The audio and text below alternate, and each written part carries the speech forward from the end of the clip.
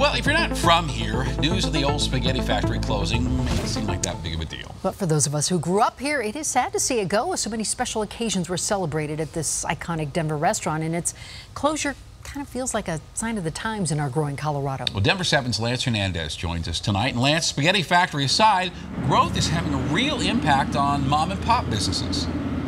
Mom and pop businesses like Famous Pizza, they've been at the corner of South Broadway and Bayard since 1974. After getting a short reprieve, Famous Pizza closing its doors for good at the end of the month. And next month, the old spaghetti factory will be vacating the Denver Railway Cable Building.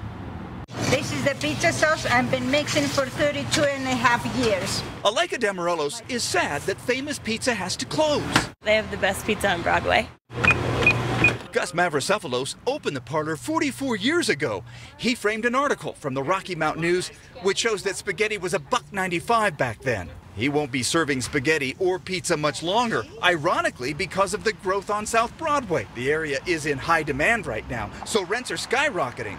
The building owners won't renew his lease because they can get more from a new tenant. I feel bad, because I have all these good customers, At 18th and Lawrence, the old spaghetti factory is also getting ready to close. District Manager Jason Davis says they weren't able to come to terms for a new lease either. Same story, they're looking for new space. I asked if they'll take the historic trolley. Unfortunately, the trolley's probably going to go to the trolley graveyard. That makes me really sad. But when we open a new restaurant, all our new trolleys have to be ADA compliant. The places that we go, we have our family birthdays and our celebrations and everything, and it's just heartbreaking when that changes. Carolyn Livingston of the Colorado Restaurant Association says the industry has grown 40% since 2010, but that's no guarantee of success, especially in areas that are experiencing a renaissance. New demand raises the costs. Your labor costs, your rent costs, your food costs, all the taxes, all the other things that go into that.